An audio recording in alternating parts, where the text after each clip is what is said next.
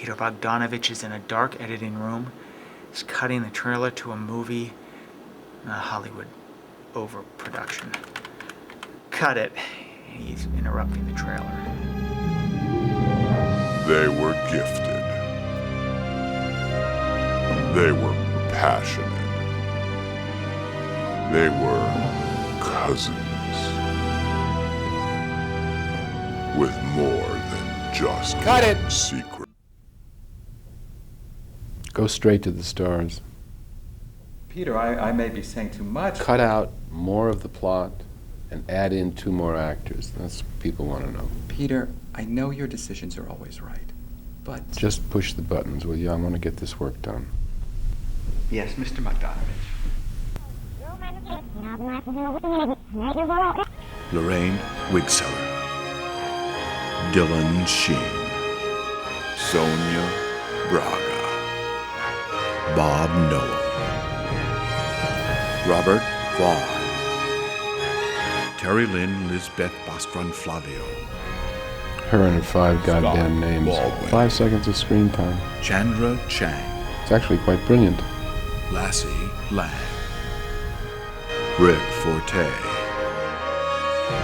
screen legend Victoria Tackler, Van Weasel,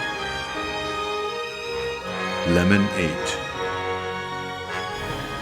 Saul Neiman, Bob Balaban,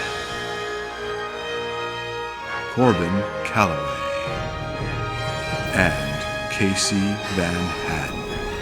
I know we're cousins, but I'm in love with you.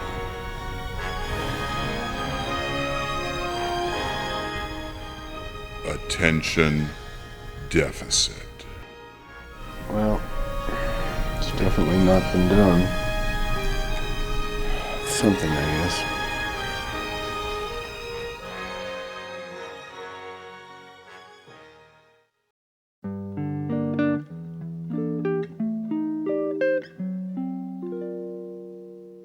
Whether you are here or yonder,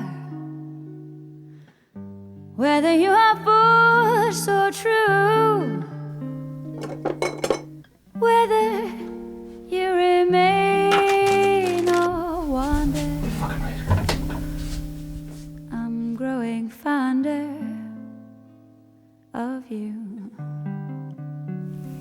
Even though your friends forsake you, even though you don't succeed, wouldn't I be glad? Mr. Lorok, Take hi. you. Nice to meet you. Give you the break you need more than you know.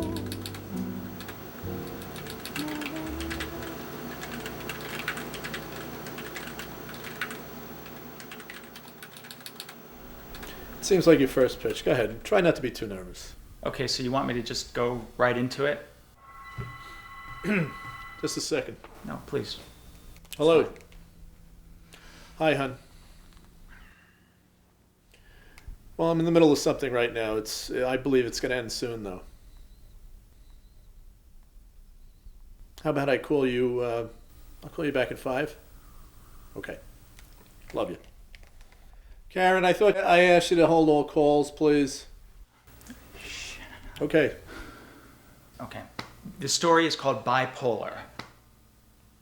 All right.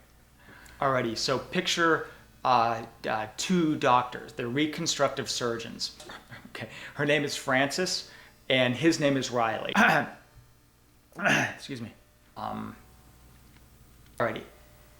Okay, Frances is like in love with Riley, and they're cousins, so it's not cool. They grew up together. They're like really altruistic, and they'll go to like Mexico, places where like and like hospitals won't take these kids with serious uglies, cleft palate and birth defects. Riley wants to change the world. You see, he's he's a good guy, but there's something under there, a Superman thing going on. And she do something that's going to make a difference. Follows him into medical school. I didn't even want to go to medical school. Why did you? She didn't want to be a doctor.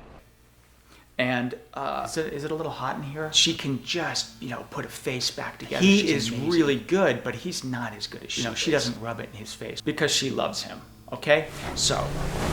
But it's so wrong. Whatever. So sort of the black sheep of the hospital. They're like an insurance even though they're like totally brilliant. Looks like our days are numbered. That's because they care about money and we care about medicine. We still have to face reality. What are we going to do? Okay, well, let me just back up. Hang on. Well, suffice it to say that their spouses end up fucking because they are totally, pissed off at what these two share. He's, conflicted. He knows he's got this dissonance.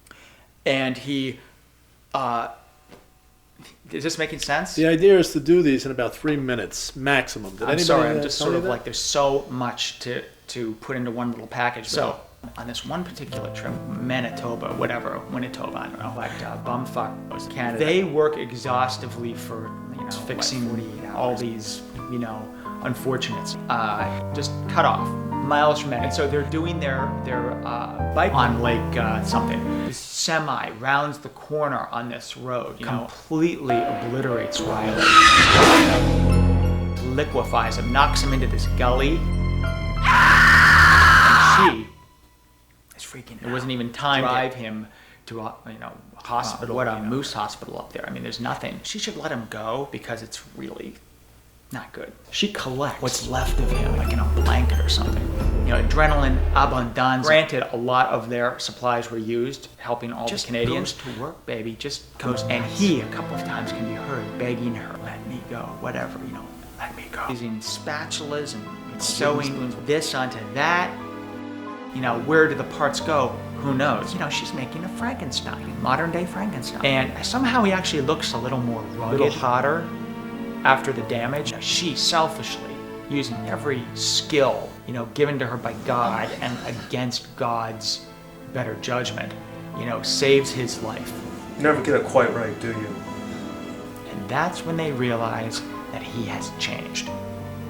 This evil thing she's created, selfish, hedonistic, money-grubbing, sewing up all these, New York socialites, making them, making tight faces.